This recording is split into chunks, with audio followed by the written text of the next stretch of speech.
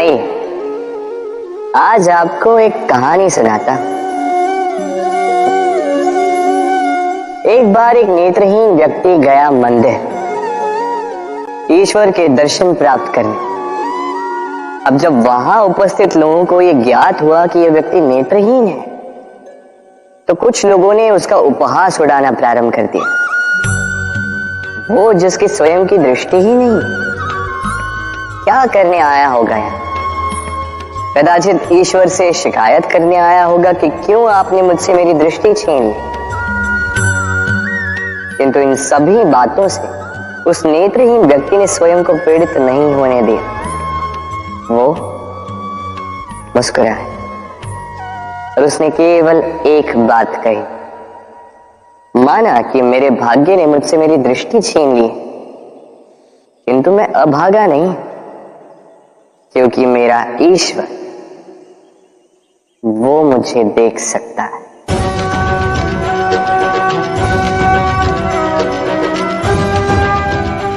स्मरण रखिएगा, दृष्टि नहीं दृष्टिकोण आवश्यक है।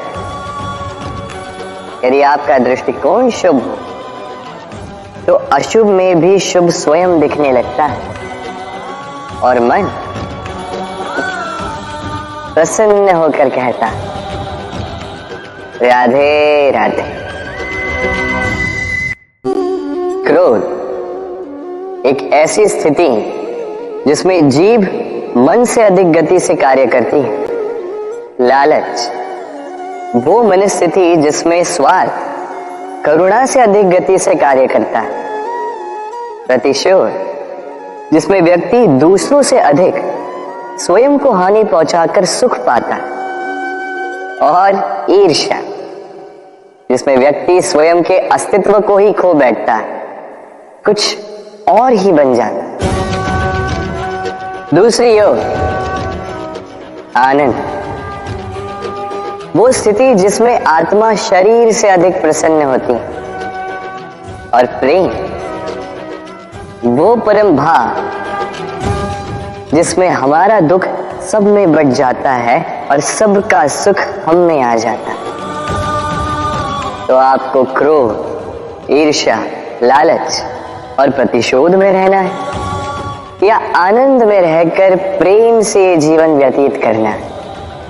निर्णय आपका है, क्योंकि मैं तो अपना निर्णय कब का ले चुका। राधे राधे। यदि जांचने जाओ तो ऐसा कोई रत्न नहीं जिसमें कोई खोट ना, किंतु यदि मन में बसा तो प्रत्येक रत्न हमारे लिए सर्वश्रेष्ठ। यदि परखने जाओ तो संसार में ऐसा कोई जीव नहीं जो सर्व से अधिक विषैला, किंतु यदि मानो तो ऐसा कोई जीव भी नहीं जो सर्व से अधिक सरल हो, जो केवल अपने पथ पर चलता है, जानकर किसी को हानि नहीं पहुंचाता। उसी प्रकार मनुष्य, यदि मनुष्य को परखने जाओगे तो वो गुणवान नहीं लगेगा, किंतु यदि मानो तो प्रत्येक मनुष्य में कोई न कोई विशेष गुण होता ही। बस बात आती है आपके दृष्टिकोण की। इसलिए अपने जीवन में मनुष्य को परखने में समय नष्ट ना करें। मनुष्य कोई वस्तु तो नहीं, मनुष्य आत्माधारी जीव है जो कदाचित आपके व्यवहार से बदल भी जाएंगे, पराये भी आपको अपना मानकर गले लग जाए। बस प्रेम भाव को ऊपर है। राधे राधे।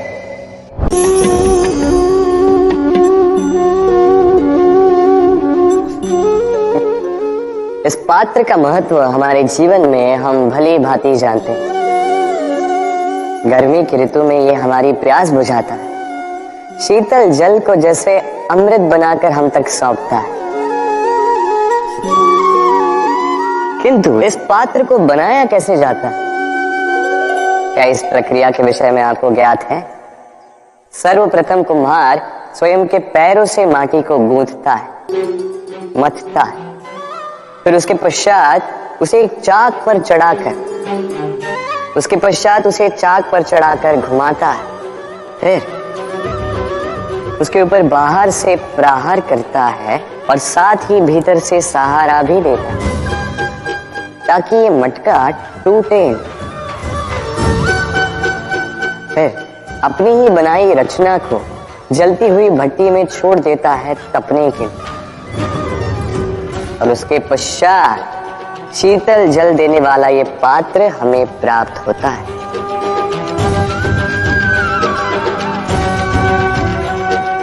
एक सर्वश्रेष्ठ गुरु भी यही करता है।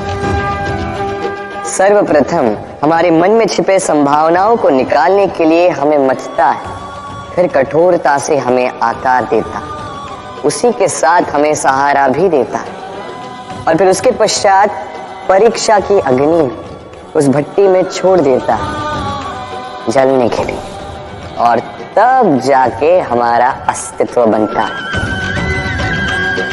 इसलिए यदि आपके गुरु कठोर हो तो उनसे कुपित ना हुई, उनसे क्रोधित ना हुई, क्योंकि वही वो कुम्हार है जो आपके जीवन के पात्र को एक सुंदर सा आकार देंगे। राधे राधे। जीवन में जैसे जैसे आप आगे बढ़ते हैं वैसे आप कई लोगों से मिलते हैं।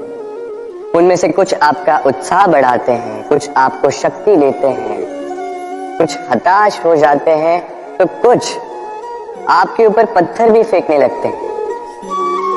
ऐसे में हम में से अधिकतर लोग क्या करते हैं? दूसरों के कर्मों के कारण स्वयं विचलित हो जाते हैं, क्रोधित हो जाते हैं उन पर, उनसे लड़ते हैं, उन्हें कोसते हैं, प्रतिशोध की भावना लेकर उन्हीं के फेंके हुए पत्थर पुनः उन्हीं के पास फेंकने का प्रयास करते हैं।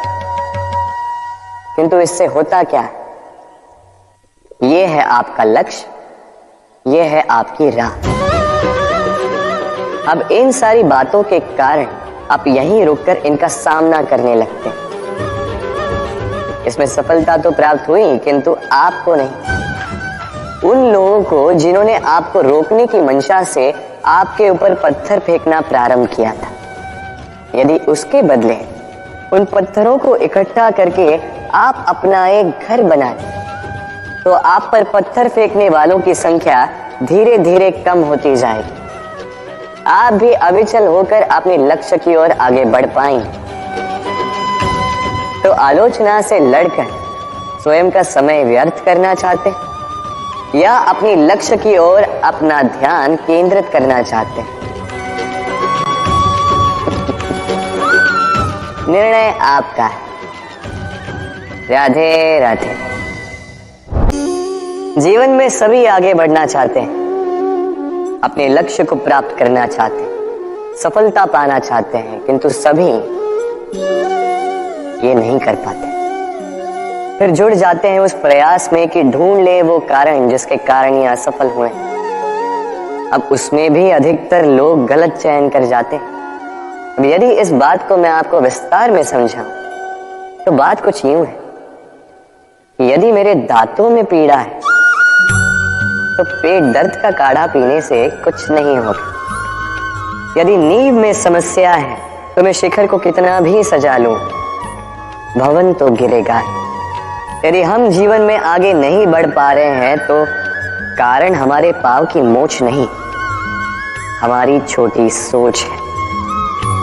यदि हम अपना भाग्य, अपना भविष्य नहीं लिख पा रहे हैं तो इसका कारण टूटी हुई कलम नहीं, औरों से जलन।